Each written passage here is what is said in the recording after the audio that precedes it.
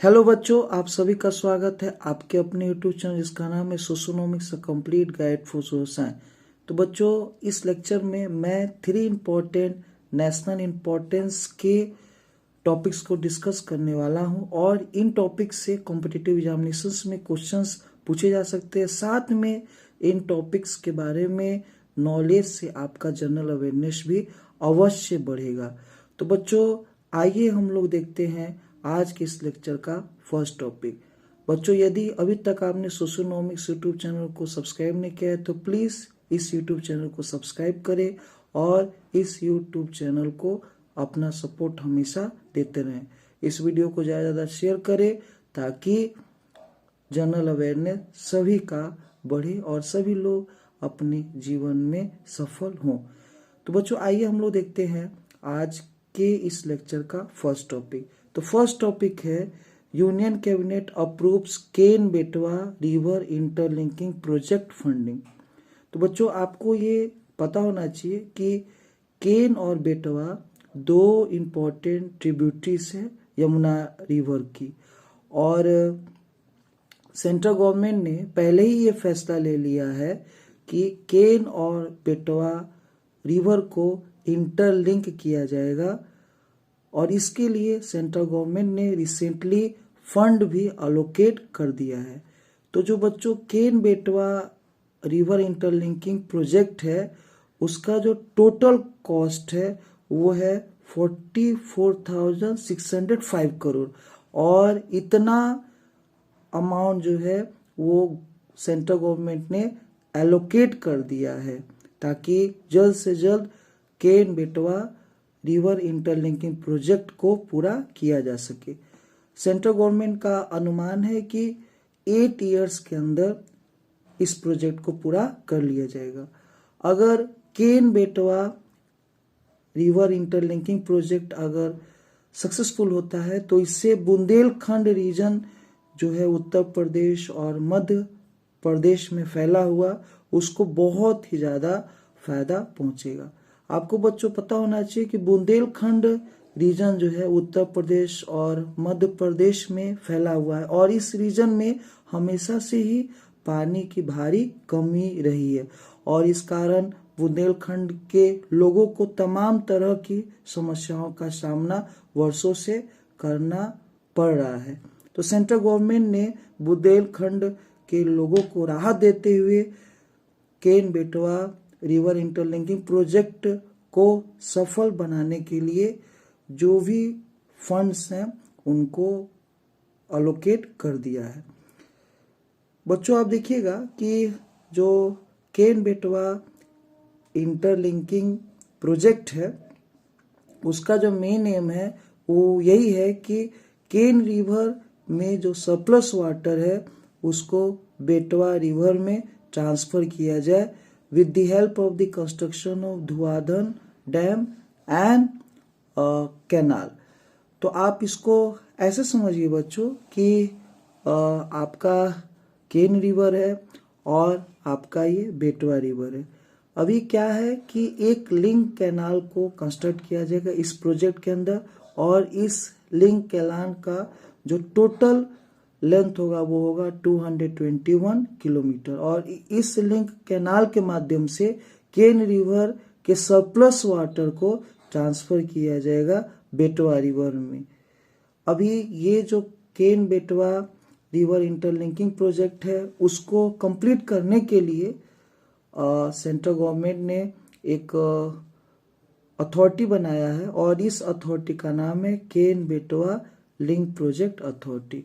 तो हमारे देश में बहुत सारे रिवर इंटरलिंकिंग प्रोजेक्ट चल रहे हैं और इन रिवर इंटरलिंकिंग प्रोजेक्ट का जो मेन मकसद है वो यही है कि जो भी हमारे देश में वाटर सरप्लस रीजन है उन रीजन से वाटर को ट्रांसफ़र किया जाए वाटर डेफिसिट रीजन में ताकि हमारे देश में बैलेंस्ड मैनर में डेवलपमेंट हो सके, सभी जगह के लोगों को पर्याप्त मात्रा में जल उपलब्ध हो सके इरिगेशन के लिए और साथ में अपने अन्य ज़रूरतों को पूरा करने के लिए। और गवर्नमेंट ऑफ इंडिया का ये एम्बिशियस प्रोजेक्ट है और मुझे पूरा विश्वास है कि गवर्नमेंट ऑफ इंडिया इस प्रोजेक्ट को सक्सेसफुली पूरा कर लेगा और इससे जो है देश का विकास सुनिश्चित हो सकेगा। इस प्रोजेक्ट के माध्यम से गवर्नमेंट ने प्लान किया है कि इलेक्ट्रिसिटी प्रोड्यूस किया जाए और साथ में जो है बेटर मैनर में वाटर का मैनेजमेंट पूरे देश में हो सके।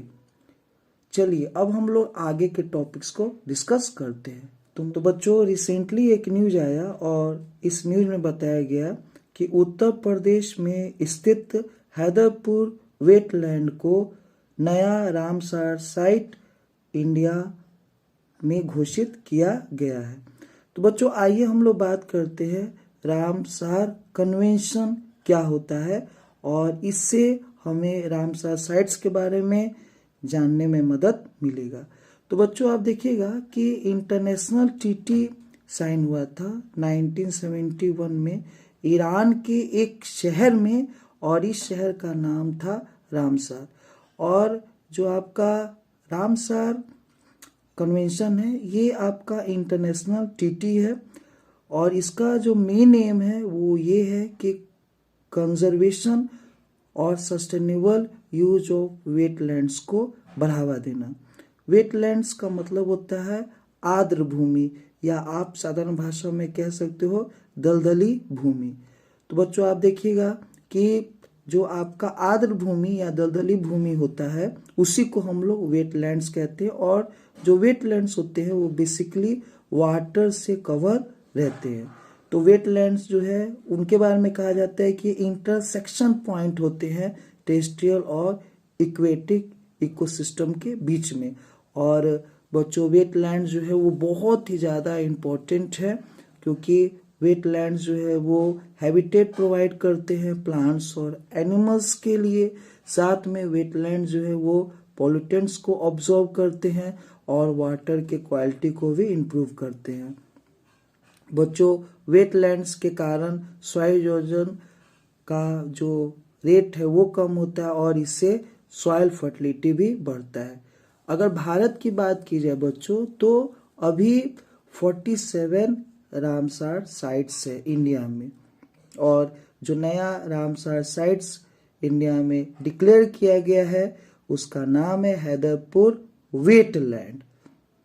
तो बच्चों, वेटलैंड्स के कंजर्वेशन के लिए भी ग्लोबल एग्रीमेंट हो चुका है और इसी ग्लोबल एग्रीमेंट को नाम दिया गया है रामसार कन्वेंशन। चलिए बच्चों, अब हम लोग नए टॉपिक को डिस्कस करते हैं।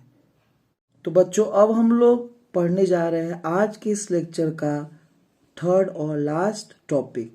तो बच्चों, लास्ट टॉपिक है आपसा से जुड़ा हुआ। तो आपसा का फुल फॉर्म है armed forces special power act और ये एक्ट आया था 1958 में। इस एक्ट से जो आर्म फोर्सेस है उनको स्पेशल पावर दिया गया है ताकि वो पब्लिक ऑर्डर को मेंटेन कर सके डिस्टर्ब्ड एरिया में। बच्चों, इस एक्ट के आने के बाद जो आर्म फोर्सेस होते हैं उनके पास पावर मिल जाता है कि वो किसी भी व्यक्ति को अरेस्ट करे, किसी भी व्यक्ति के घर में जो है सर्च करे बिना किसी वारंट के। ये एक्ट आया था क्योंकि जो आपका वायलेंस था वो नॉर्थ ईस्टर्न स्टेट्स में काफ़ी तेज़ी से बढ़ रहा था और वायलेंस को कंट्रोल करने के लिए ही गवर्नमेंट ऑफ इंडिया ने आपसा लाया था। तो बच्चों, आपसा जो है वो मेनली डिस्टर्ब्ड एरिया में लगाया जाता है ताकि डिस्टर्ब एरिया को कंट्रोल किया जा सके। अगर वर्तमान का बात किया जाए तो ये एक्ट जो है हमारे भारत के कुछ राज्यों में अभी भी है। तो उन राज्यों के नाम है नागालैंड, आसाम, मणिपुर, अरुणाचल प्रदेश। हाल ही में न्यूज आया था कि मिस्टेक एंड आइडेंटिटी के केस के कारण जो आर्म फोर्सेस है उन्होंने फायरिंग की और फायरिंग में जो है वो करीब 14 इनोसेंट पीपल नागालैंड में मारे गए और इस एक्ट का नागालैंड में लोगों ने ज़बरदस्त तरीके से विरोध किया और वे लोग मांग कर रहे हैं कि आपसा को नागालैंड से हटाया जाए।